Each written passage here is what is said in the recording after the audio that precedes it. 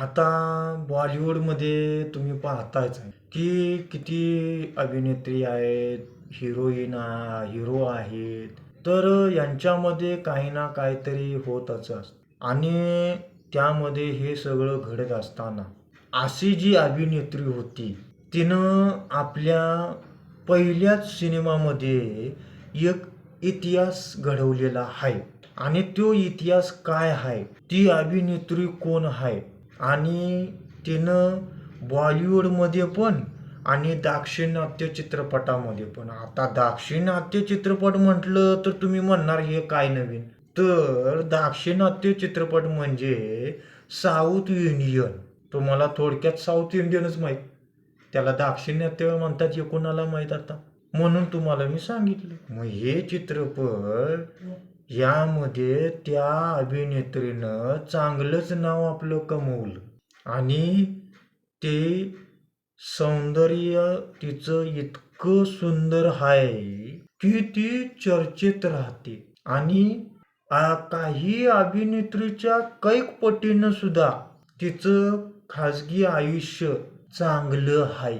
मग आता ही कोण हे सांगायच्या अगोदर तुम्हाला माहीतच आहे, माझ्या व्हिडिओला तुम्ही लाईक आणि सबस्क्राईब करायचा आहे आणि हा व्हिडिओ शेवटपर्यंत पाहायचा आहे. तर ही अभिनेत्री 14व्या वर्षी, अवघ्या 14व्या वर्षी सिनेसृष्टीमध्ये पदार्पण तिनं केलं होतं आणि इतकी सुंदर की तिच्या पुढे कुठलीही हिरोईन एकदम फिकी असं तिचं देखणं रूप. आणि तिचं नाव आहे राधिका कुमारस्वामी. पण हिचा जन्म 1986 मध्ये कर्नाटकात झाला होता आणि अवघ्या 9वीतच शिक्षण घेत असताना तिनं शिक्षणालाच रामराम ठोकला आणि त्यानंतर ग्लॅमरसच्या दुनियेत तिनं पाऊल ठेवलं असं सांगतात. मग 2002 मध्ये तिनं तिचा नीनागगी हा पहिलाच चित्रपट सुपर डुपर हिट ठरला. तर तिनं या आपल्या पहिल्या चित्रपटाच्या यशानंतर एक वेगळंच वादळ निर्माण केलं होतं आणि 13-14व्या वर्षी ही अभिनेत्री असताना उद्योगपती रतन कुमार यांच्याशी पळून जाऊन मंदिरात गुपचूपपणे लग्न केलं आणि हे कुणाला माहीतच नाही. मग हे लग्न तिच्या घरच्यांना मान्यच नव्हतं आणि तिचे वडील आणि तिचा पती यांच्यात कायदेशीररित्या एक वादच निर्माण झाला. मग तिच्या वडिलांनी तिच्या नवऱ्यावर अपहरण आणि फसवणुकीचा आरोप केलं. तर तिच्या नवऱ्यानं सासऱ्यावरच केस टाकली. मग अवघ्या 2 वर्षातच 2002 मध्ये तिच्या पतीचं हार्ट अटॅकनं म्हणजे हृदयविकारानं निधनच झालं. मग तिच्या पतीचं निधन झाल्यानंतर तिनं परत सिनेसृष्टीमध्ये पदार्पण केलं आणि 2006 मध्ये तिच्या आयुष्यात एक असं वेगळं वळण आलं की कर्नाटकचं राजकारण काय हादरूनच गेलं. अवघ्या 20व्या वर्षी तिनं कर्नाटकचं तत्कालीन मुख्यमंत्री आणि दिग्गज नेते एच.डी. कुमारस्वामी याच्याशी लग्न केलं. मग कुमारस्वामीचं वय 47 होतं.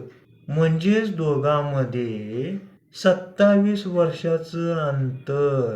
किती? 27.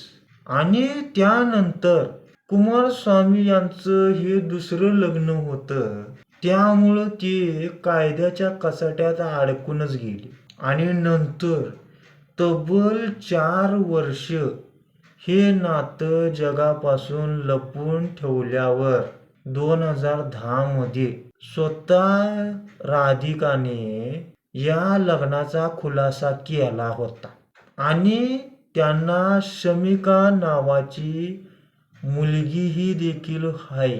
त्यानंतर या लग्नामुळं कुमारस्वामीवर 2 लग्न केल्याचे आरोप आणि कोर्टातील खटलाही त्यांच्यावर दाखल होत गेले.